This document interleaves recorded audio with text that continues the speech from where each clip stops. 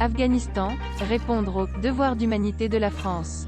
Emmanuel Macron a créé la polémique, lundi 16 août, lors de son allocution concernant la situation alarmante en Afghanistan. De nombreux politiques principalement de gauche se sont indignés de sa mise en garde contre les flux migratoires irréguliers importants, en provenance du pays tombé sous la coupe des talibans. Après l'indignation, l'action, plusieurs maires de gauche proposent aujourd'hui d'accueillir les réfugiés dans leur commune. Une dizaine de maires écologistes et du Parti socialiste ont réagi aux propos du président et exhorté à ce que les réfugiés afghans fuyant le régime des talibans soient accueillis, dignement, en France.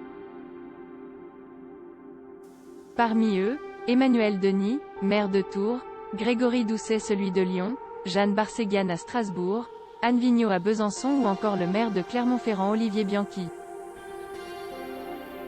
Plusieurs évoquant le « devoir d'humanité de la France ». Pour plusieurs d'entre eux, le message qu'ils ont diffusé ce mardi était quasiment le même. Emmanuel Macron, nous avons les capacités d'accueillir dignement les exilés afghans. La suite après cette publicité, le candidat à l'élection présidentielle et maire de Grenoble Éric Piolle a de son côté partagé une vidéo sur Twitter dans laquelle il critique vertement le président. Emmanuel Macron fait honte à la France. Nous, maires de tous les bords politiques, appelons l'État à être à la hauteur. À Grenoble, nous nous organisons pour accueillir les réfugiés, assure-t-il.